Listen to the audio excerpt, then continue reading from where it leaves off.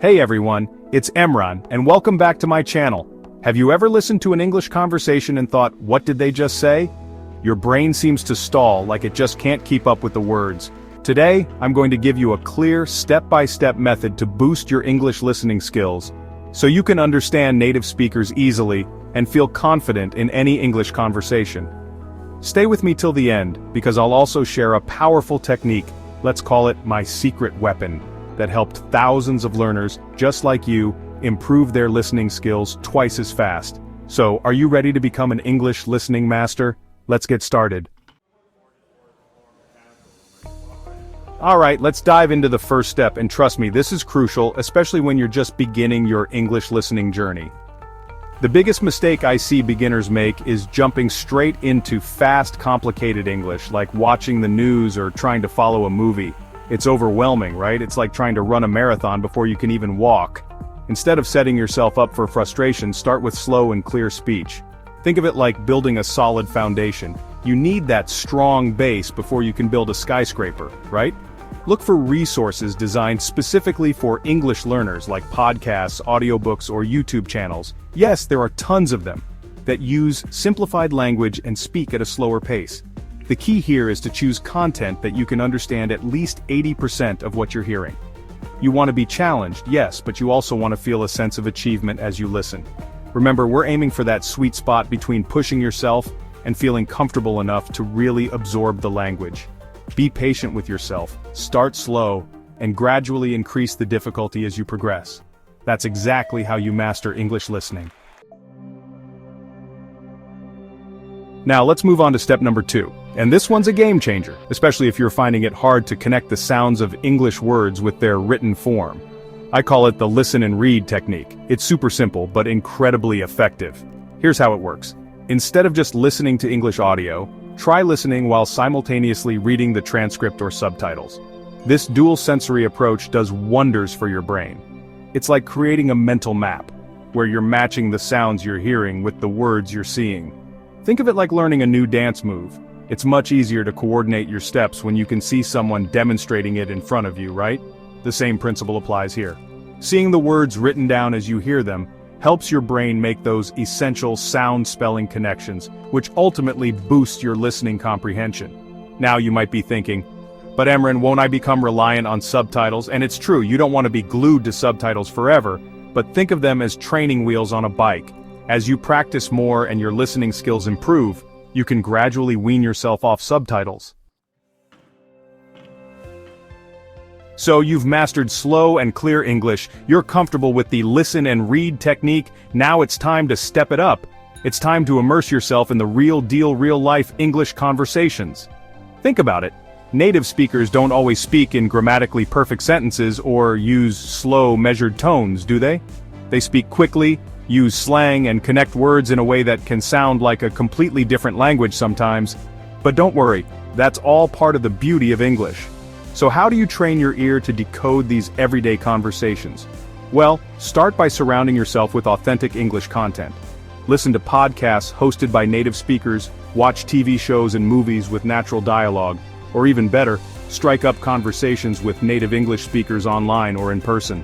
Remember, the goal here is to expose yourself to the natural rhythm, intonation, and everyday vocabulary used by native speakers. Don't be afraid to pick up on slang words, idioms, and colloquialisms. These are the elements that will make your English sound more natural and fluent. Now I know what you're thinking, but Emran, what if I don't understand everything? And that's perfectly okay. In fact, it's to be expected, especially in the beginning. The key is to focus on grasping the overall meaning of the conversation. And that feeling of finally understanding a fast-paced, natural English conversation, it's incredibly rewarding. Chapter 4. Let's talk about accents, because English has a lot of them. Now you might be thinking, Emran, why do I need to understand different accents? Can't everyone just speak clearly? Well, wouldn't that be nice? But the truth is, English is spoken in countless countries around the world, each with its unique pronunciation, slang, and even grammar variations. Think about it. You have American English, British English, Australian English, Canadian English, and so many more. It's like having different flavors of ice cream. They're all English, but with their own distinct tastes.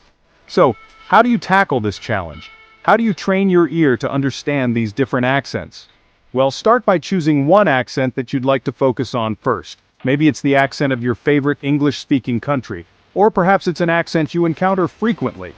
Once you've chosen your accent, immerse yourself in it. Watch movies and TV shows from that region, listen to podcasts hosted by speakers with that accent, and find online language partners who can help you practice.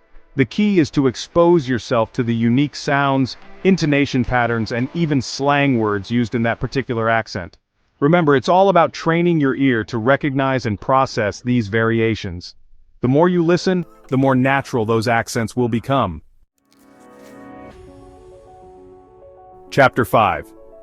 Now, we've covered a lot of ground, haven't we?